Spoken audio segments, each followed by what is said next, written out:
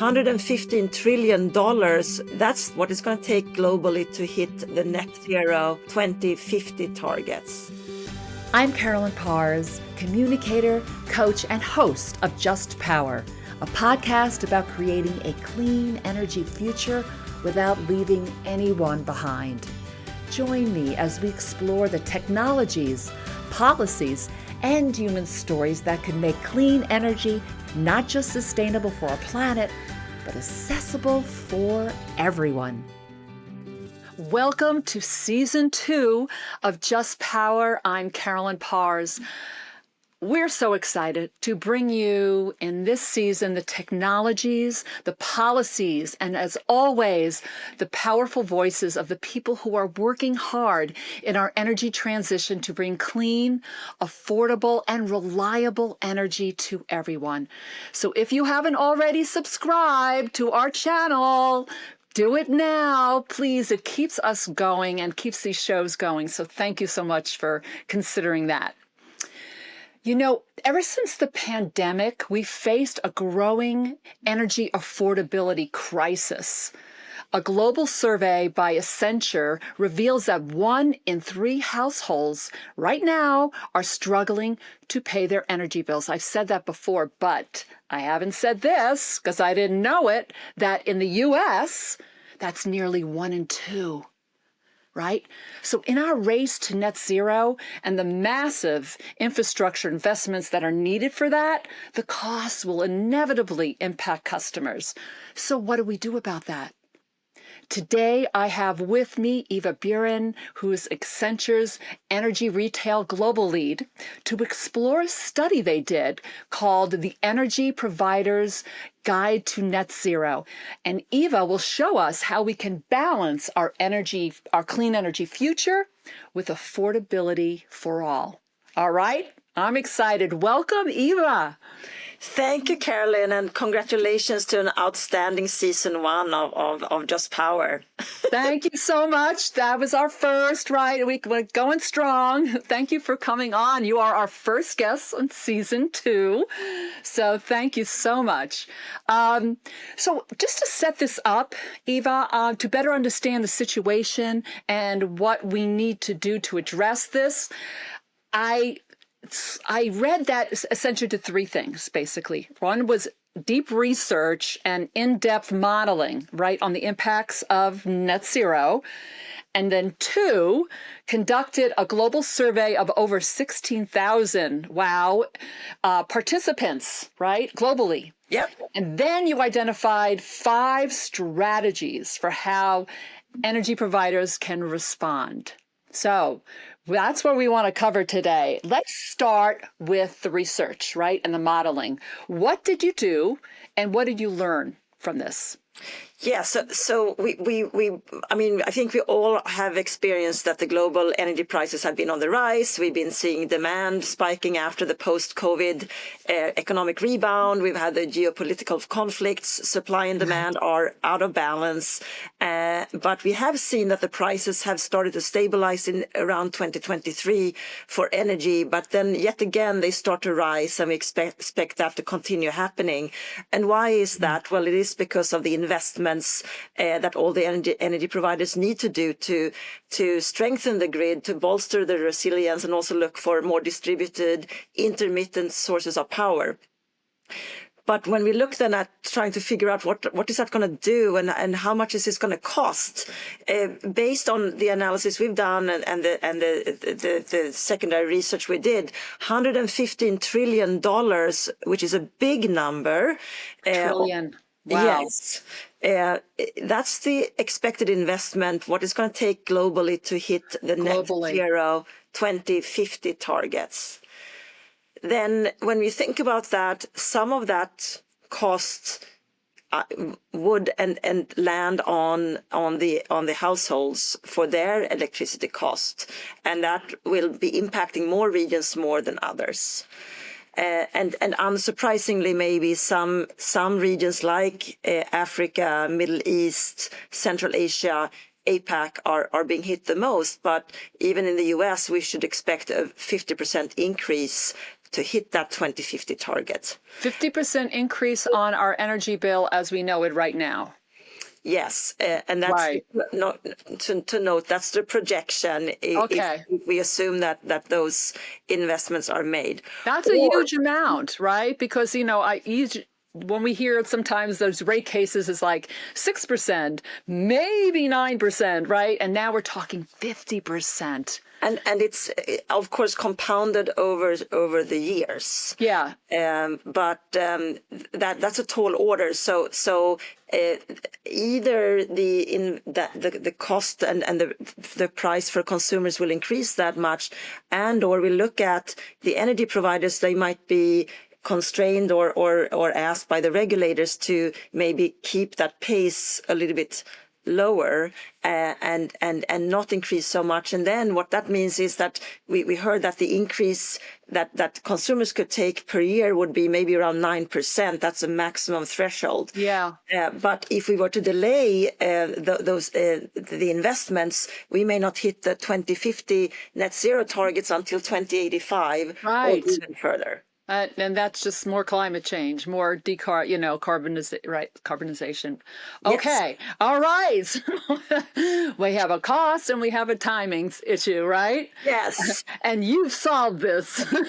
I wish, but we Or were. you're working to do that and working with energy providers. This is like the reality check, what you just said. This is where we're at right now. Yes. So okay, where do we go from here? And I think we all need to own that and look at then what do we do about it, and instead of guessing, let's ask the consumers. And that's why we did the survey of 16,800 consumers globally, and 3,000 of them were US consumers. So Okay. The U.S. consumers, we asked them as part of this global survey on their thoughts on affordability. We asked them about how they thought about the financial contribution from themselves or from corporations to the energy transition, and then also asked about their interest in products and services as it relates to driving more green behavior. Those were the three things we asked them about, and we have some findings I'd love to share with you. Yes, and I know that you've also segmented the consumer, right? There's those that can afford it. Then there's the young people that said they could pay a premium. And I think a big part of this is really getting to know your customer, right, at the depth of it, because there's so many different, and they have so many financial constraints. Some do, and some lifestyles. So let's dive in. Okay. Yes. What Yeah. did you learn?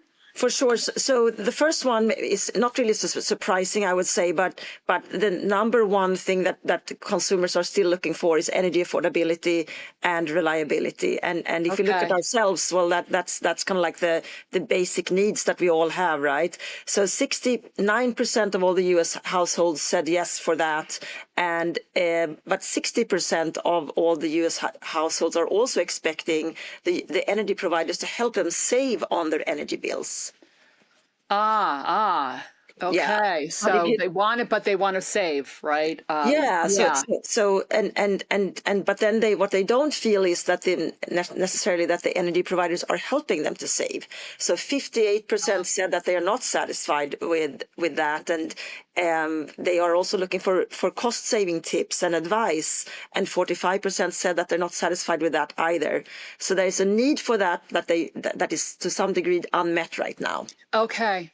And there's, in a lot of, most energy providers have they have affordability programs, right? Low income programs forever, right? And I know that there's an edging up of the middle class too, moderate incomes that are feeling the heat right now. And I think that goes back to the data point you mentioned earlier about like nearly 1 in 2 households are feeling the pain and feeling the challenge to pay their bills. That makes it almost all of us, right? So yes. So it's something that we have to work on. For energy providers, then that goes back to them thinking about how might we educate our customers, might we provide the right advice on how to save on their energy bills and make it cheaper for them. So earning that trust and being a trusted advisor, as we'll talk about a lot, how do you get there is the question. Yeah, I think that's the ultimate question always for a lot of energy providers is that many times, some customers may not trust in them, right? Or a rate case comes up or something else happens and it might erode some of that trust. Yes, So I yes. think this is like the core It, it, of I think the crux of what energy providers really need to provide for their customers is let's start with trust. It really So, is. And then you could ask or argue, how much do we as people also support this energy transition or the investments that need to happen? Because we are dependent on that the lights are on as well. And we know that the grid is getting not younger by the minute, but the other way around, right? yes. So, Yes. so we were also asking the consumers about their perspectives there, and 72% of the U.S. consumers believe that they have a significant role to play in that, in driving the energy transition and providing some kind of like contribution. And 80% felt that the corporations also play a role. So I think that Is there a partnership or a collaboration, or I mean, how would you say that what that relationship is? It's today it's more, I think both parties are looking at each other and feel that both should play a role.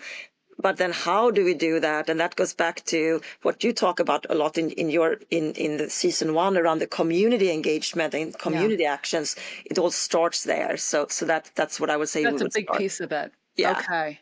Yeah. That whole piece of it of really, I think the word collaboration or maybe even partnership might be sometimes scary for energy providers because they're doing a big, I mean, it's technical, it's complicated, it's complex, and many times their customers may not get the whole picture, right? So how do you simplify that? It's not easy. No, and there's a lot of work that the energy providers are doing, and a lot of passion for keeping the power on and making it affordable and providing those program information to customers. But the question is also, when you look at what we heard from the consumers, and you mentioned that young urban consumers, they are more interested in actually even paying a premium to help with the energy transition. And that's a good data point, interesting fact. But then how do we actually act on that? And how do we find that segment? And how do we actually engage with them? And how can we also inspire others who may not even have a chance to contribute or feel they don't want to because they don't trust that they're going to see an impact? How do we identify them and go after them with a differentiated message? Yes, so key. Yes. Right. Because this is you're really getting into the minutia of all those segments, right, and what they need.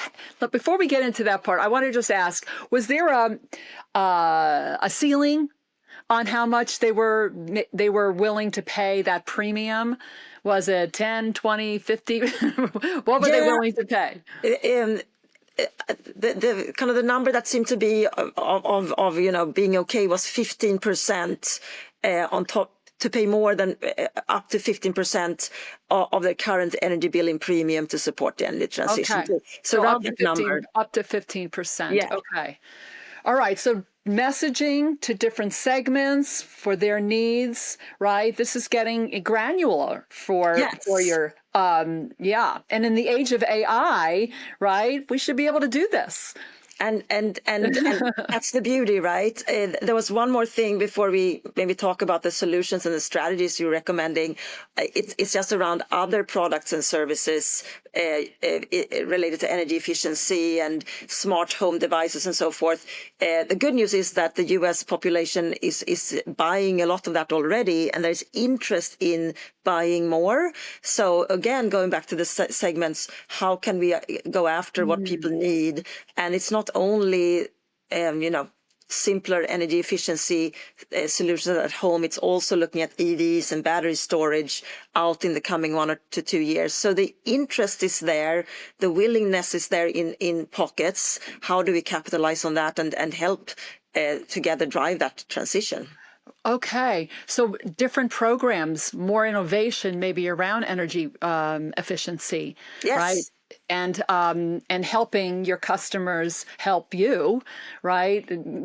So we can all get where we need to go. That also springs up a whole, maybe even new possibilities for companies like outside of the energy providers to work with those energy providers on these products and services. For sure. And of course, also in many parts of the US, we're living in a regulated environment. So the competition is a flavor, but we're still operating in the regulated context. But with the need for more innovative products and services, it's almost starting to kind of create that competitive flavor too. Plus, then when you think about what's going on in deregulated markets, for sure, these products and services need to hit the mark and go above and beyond. This is probably good news for those entrepreneurs or small businesses, medium-sized businesses out there. I'm going to ask a question around that because a lot of times with utilities, especially investor-owned utilities, there is, because reliability is so important and you have to be able to flip the lights on, there's conservatism, right? They have to be careful where they put their money and their technologies. It's not like you can just test something out when everybody's your customer. So it feels like a mindset or an opening or mindset shift for those utilities, right? To say, hey, you're going to have to go beyond where you are right now, right? And what does that look like? And still maintain, right, the reliability, the affordability for your customer. Do you ever see any pushback on that or resistance or just fear, maybe? I feel actually inspired and encouraged by what I see when I work with the utilities in North America, regulated and deregulated. But if you talk about the regulated utilities, that they know that they're very proud of the legacy of reliability, affordability, and caring for everyone. And that's what everyone wants to keep focusing on. And then building on, adding that innovative flavor on top of that, and knowing it's always an but with many utilities that I work with, they find a way to start to test that new innovative angle. It could be around new products and services, or how the customers are handled or served. So to me, what I see is that the appetite to change is there. It's doing it in the confines of the regulated structures and honoring that, and then building upon that strength of more than 100 years of service. Okay. So there's a willingness and the appetite. They know we're really in a new age, right? That's happening right now, a big transition. And now it's putting all that to play, right? Yes. In the best way possible for their business model. Okay. Yeah. But knowing also that if we just look back then at what we were researching, we know still that table stakes is energy affordability and reliability. There's interest in energy transition, and people are ready to engage if they have the right thing or the right offers. And if we get the basics right, we have the upside to then promote new products and services. So there's this kind of threefolded solution or cube we need to get right here. Okay. All right. So shall we dive into some of these strategies that you've come up with? Let's do that. And let's start here where I always spend my thinking time. And that's on the consumers, on the customers. And the first one, we call that meet consumers where they are. And it doesn't only imply the physical nature of where someone is, but also in their life where they are. Let's be life centric, and that's something within Accenture that we've been talking about for a few years here. How can you truly put that into reality? So how can we give customers the right advice, serve up the right products and services? You mentioned low income programs, or for payment challenged populations, what offers am I eligible for without me having to search for that? How can that be served up to me in a simple way? How can we make sure that what the programs and services are solving for me and making it easy? I want to put food on the table. I want to care for my family. I want to have home comfort, whatever that is. So understanding that and truly solving for those needs and wants first, and building out from there is number one. So you really need to know your customer, right? Yes. To be able to do that. And here's the thing. We also have, energy can get political at times, and we're not going to go down that road in this moment because it shifts with every administration, right? That happens. So it's like not only what their basic needs are or where they are right now, but that could even calibrate, right, in different directions when there are shifts that are happening, whether in the United States or in Europe or any other place that's having, maybe different priorities in government.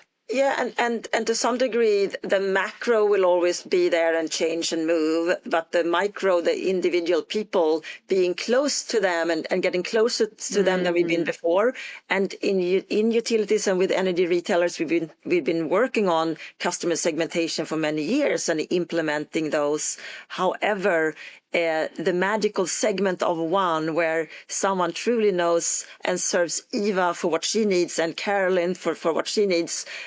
And we know that using responsibly and safely AI and Gen AI to truly match what's out there to our unique needs, that's the game changer. Okay. And then you can have macro going on, however. And then there's whatever, those shifts can happen, but you have that core, right?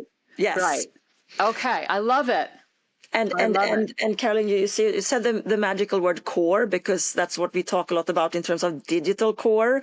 If you need to have the data, you need to have the solutions in place to pull from that.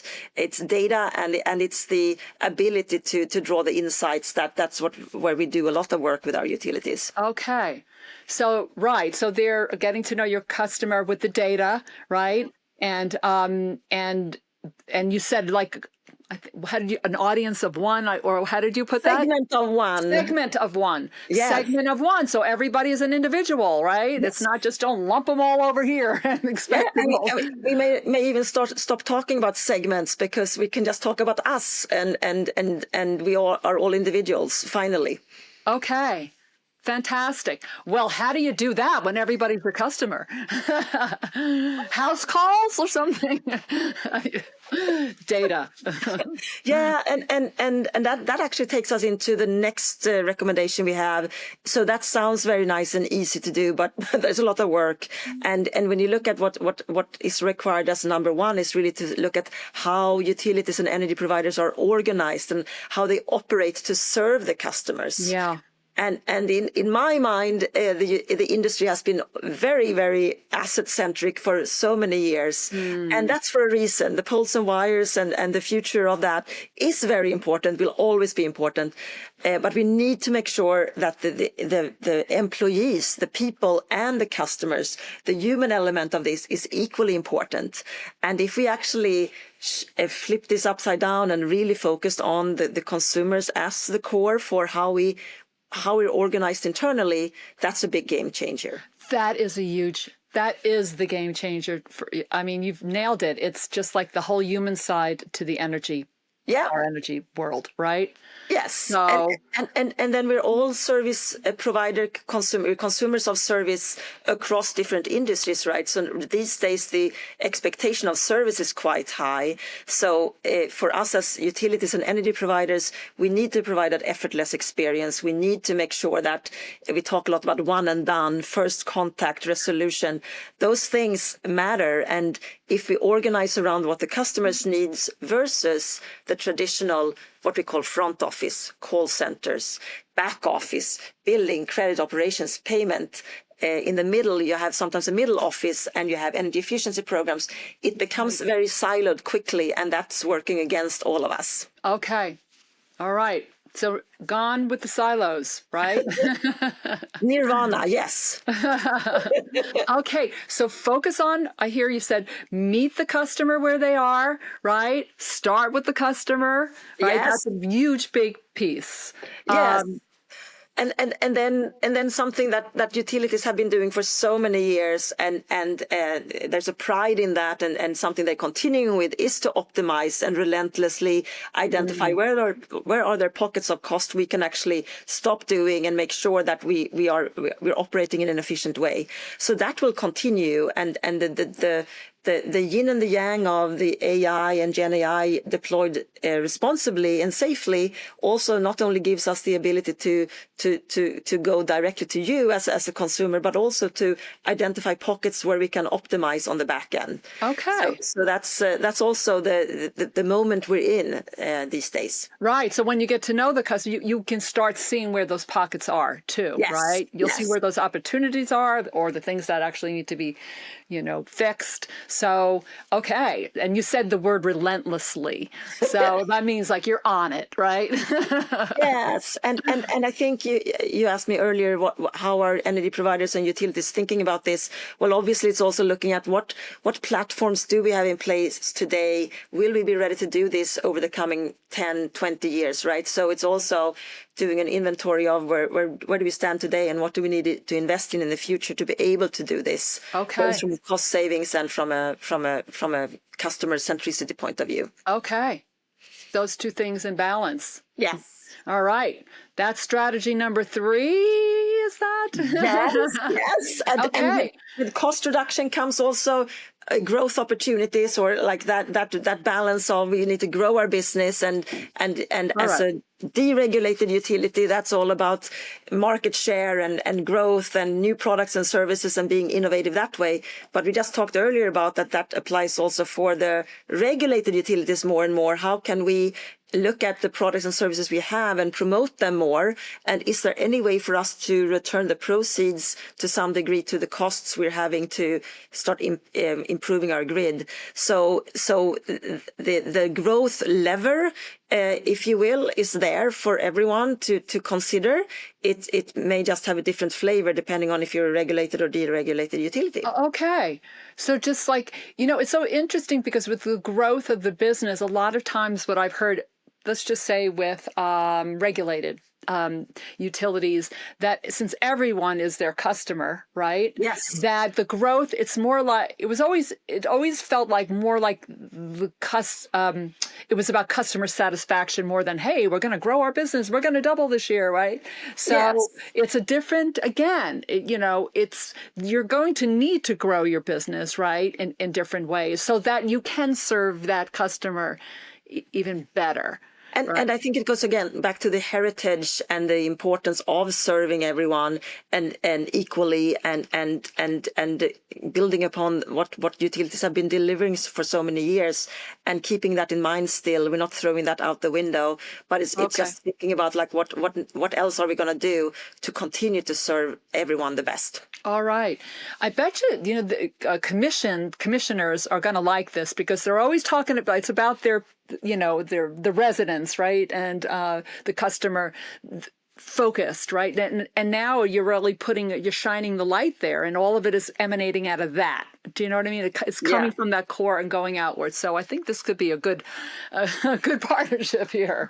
All right. And speaking of that, actually, Carolyn, then if you look at the 5th recommendation is all around orchestrating the energy ecosystem, because it's also recognizing that as an individual utility or individual customer, we're not solving this by ourselves, but orchestrating that energy ecosystem in a broader way, including the regulators. If we look at in the older days, the day-to-day was maybe simpler to some degree, providing reliable access to energy for all consumers, and that's hard enough. But now with the increased demands on decarbonization and other targets to hit, there's just so much more to think about as an energy provider.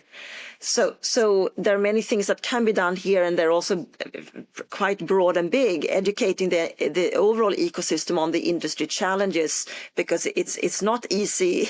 There's a lot of work to be done. Sharing equitable policies that safeguard affordability, and to your point, keeping that in check all the time. Looking at new regulatory models, maybe that incentivize a broader behavior change. And then also going down to starting from the communities and making sure that we leverage the power of them. Got it. So that you called it the orchestrating or orchestrate the energy ecosystem. All of those are in play, right? Yes. To make this work. Definitely. Make this work. Any utilities out there doing this right now? right? Any case study maybe that might be inspiring for the people who are listening, saying, hey, if they could do it, I think we can do it too. Yes, I think there are quite a few examples out there today.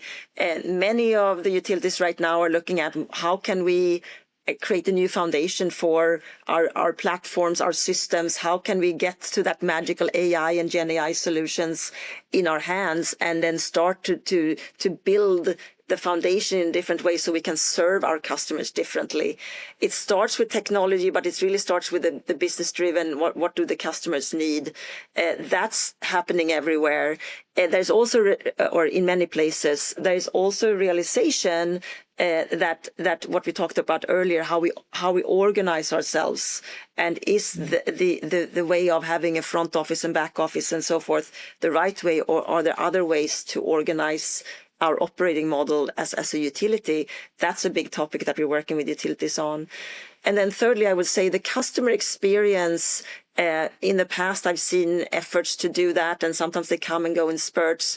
Now the customer experience angle is woven into the big programs and a natural thing that utilities and energy retailers are looking at.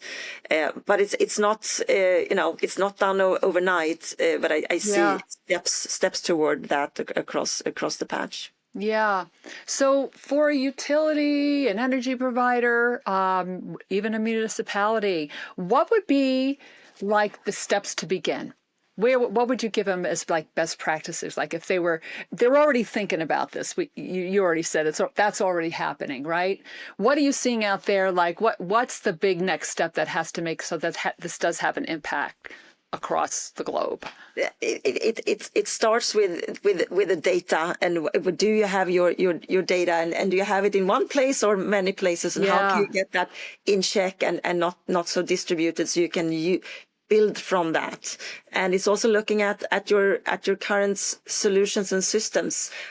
Do they talk to each other? Are there too many of them? And do they actually enable the way you serve your customers, or are they creating unnecessary steps that we have to do on the back end and back to those silos, right, that are happening, right? Exactly. Instead of all talking to each other. Yeah. So how can we make that easier? Because us as consumers, we expect it to be easy, and then the third one, which is probably the most important one, is like, are we listening to our customers and consumers, and do we act on it? And I know many utilities out there have a good listening system in place, or listening posts and getting feedback from customers, but using that in a very efficient manner and turning that into action, into the new products and services would be the third one. So there is a lot of great listening, and the action part, sometimes it depends on the company, right? I mean, not that they don't want to, it's just how can they, right? All those parts or all the asks happen. So, wow. Okay. That's phenomenal. But it is a big overhaul to me, right? It is it's a rethink. Well, especially if you then kind of looking at where we've been, that it's energy prices have been high for quite some time. It's not fun to pay your energy bill if you even can afford it. And when we look at the consumers who don't have even are able to pay, I mentioned 1 in 2 households earlier in the U.S. struggling over the past 12 months to pay them. That we are in this dilemma. So.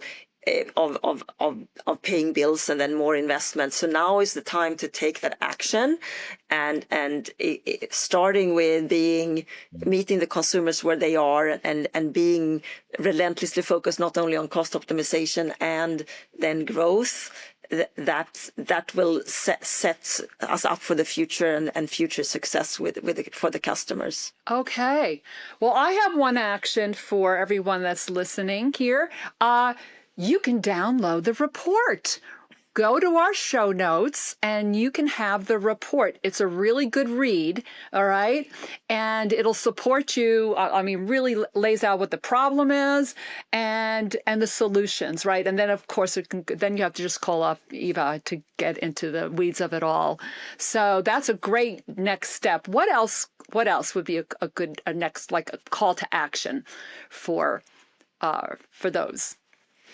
I would just remind everyone that it's not only about the customers, but it's also about the employees. Yes. So when we make sure that they truly have the support they need, both from a human side as well as from the processes and systems, then we will create that magical connection between the customers and the organization. And while a lot is digital these days, there's always a person at some point behind the scenes. So caring for both, that will be the secret sauce. Yeah, beautifully said. Thank you so much.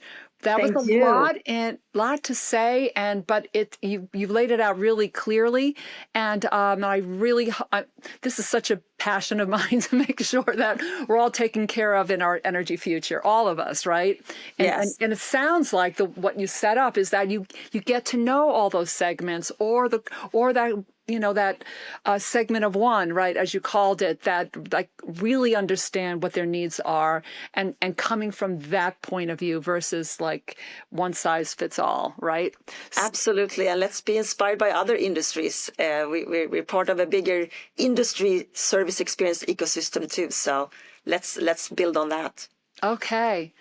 Thank you for coming on so much. And just a reminder, again, go to our show notes, download that report. There'll also be contact information for Eva to learn more about this program. And thank you for joining us today on Just Power and sharing this. This will be a really good show to share with your energy provider, right? And say, hey, look what's happening out there, right? And, we want to make sure that we all get clean, affordable, reliable energy for everyone. Everyone deserves that. I think it's a birthright, frankly. This episode is brought to you by Mind Over Markets. And don't forget to subscribe to our podcast because, you know this already, we're all in this together. Thank you for joining us. If you enjoyed this episode, make sure you subscribe to Just Power wherever you get your podcasts. And if you really loved it, leave us a review and tell everyone you know about our podcast. It's going to take all of us to create a clean energy future that leaves no one behind.